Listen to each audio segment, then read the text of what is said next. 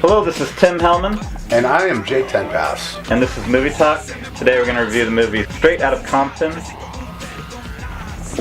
Straight Outta Compton is a music biopic about the 80s, 90s hip-hop band N.W.A, an abbreviation for Niggas with Attitude. From Compton, California, the film focuses on rappers Ice Cube, Eazy-E, Dr. Dre, MC Ren, and DJ Yella.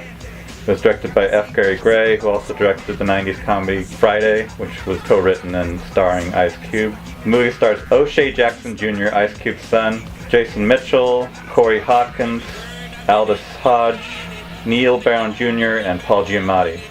Ice Cube, Dr. Dre, and Gray were all producers on the film as well. I really enjoyed the movie and found it educational and inspiring too.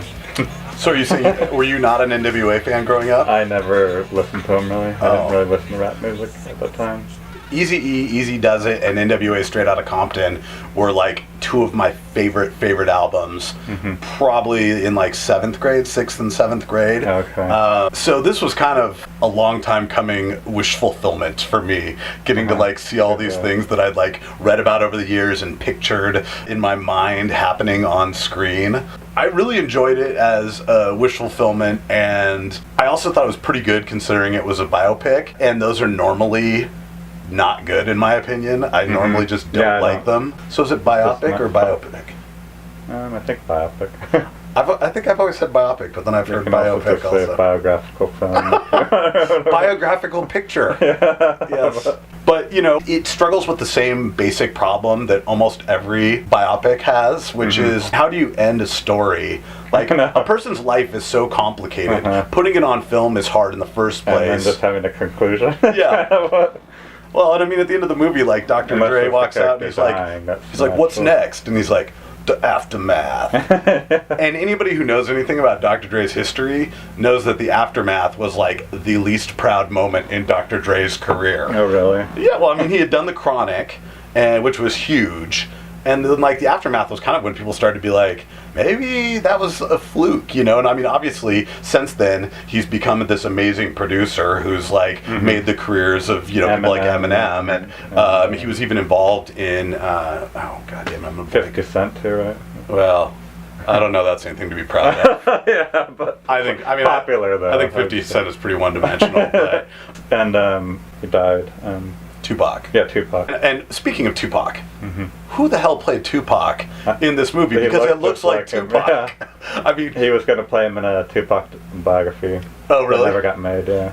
Anybody who's out there like speculating that Tupac is still alive and that his whole death was a hoax, this movie is going to fan those flames. Because I was like, that's Tupac, man. He came off the island. Are they going to have a cameo from a Biggie Smalls impersonator, too? You know, like, yeah, they did a good job of casting people that looked like the real people, I think. Except for MC Ren. Oh, yeah. I think they nailed Eazy-E and Ice Cube, and the guy who played Dre did a good job.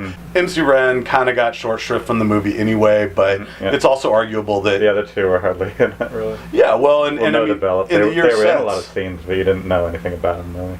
In the years since, Ice Cube, Dr. Dre, and Eazy-E obviously have had like big legacies, whereas MC Ren put out a couple of albums after N.W.A broke up that my buddy JJ says are great, but nobody's really listened to those. So you can understand why they'd apply that kind of revisionist thinking. The one other thing I really liked about the movie was the confrontations between N.W.A and the cops. Oh, yeah. Because as a kid who hated cops, and that was one of the things I loved about N.W.A.'s music. And obviously I was a white kid who grew up in Corvallis, so I didn't know anything about police brutality. I was mad that they were like stopping me from egging somebody's house, you know, like that's about the extent of it. But it's a message that's very pertinent today because we've still got police shootings, we've still got racist cops, it doesn't seem like a lot has changed. Racial profiling and detaining black men for no reason and using force when they don't need to. And it's so it's an evergreen message, and by putting it in a movie that's ostensibly about the past, you're able to like examine that issue in a way you wouldn't be able to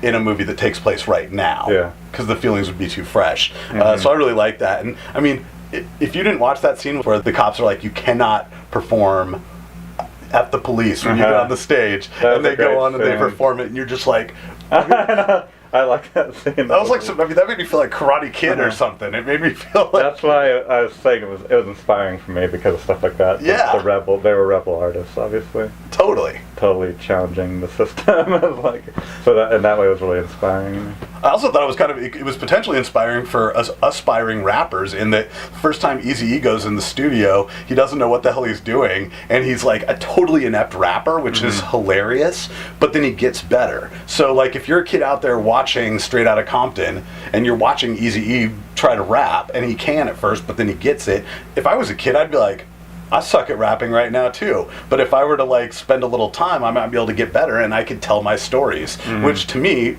that's inspiring. Like if it gets some kids out there to try and make music that otherwise wouldn't have tried to make music, then that's worth it right there. What rating would you give it? 4 out of 5 stars. Yeah. I gave it 4.5. I do think it would have been better if they had put in some part of Dr. Dre's allegations of violence against women. I mean, that's like been something that's happened, and if you're going to show like what a wizard, amazing producer he is, let's also show that he messed up, that he did some terrible things that he never should have done. I mean, he assaulted Dee Barnes, this like music writer / DJ at the time, and choked her. It didn't make them look very respectful to women, but it didn't make them look that bad. Exactly. And everybody knows there's a misogynistic undercurrent in hip-hop, but I think they could have done the music a bigger service if they had said, we're going to actually cop to, the really bad side of that misogyny and show it. Maybe they felt like it would have made Dr. Dre a not sympathetic character, but even Dr. Dre came out recently and apologized for it. I don't know. There's other artists that have done that in the past too, like Sean Penn, and he has some really horrible things he did back in the day. Absolutely. And I mean, you still like him now, though. You kind of forget about that. But. It is. It is. That's the eternal question in Hollywood: is like, how bad does somebody have to mess up before you won't go see their movies anymore? I was talking to my buddy, and I can't remember who we were talking trash about, but I said something like, that guy is indefensible, and I still watch Roman Polanski movies. Oh yeah, definitely Roman Polanski. I mean, like, what do you do? It's a conundrum anyway. The Woody Allen fans, I think, at the very least, his face was pretty cast. Minorities in his films at all. And he just repeats himself. He does the same thing over and over again. I am so bored of Woody Allen. I mean, even if the molestation allegations aren't true, He's still married his stepdaughter. Even if he wasn't molesting her when she was still in his house, which seems hard to believe at this point. Anyway, I mean, that's not what it's about, but like, Woody Allen, I don't know. But back to this movie. Anything else about this movie? No, I think I've said everything I want to say. Okay. Yeah. All right.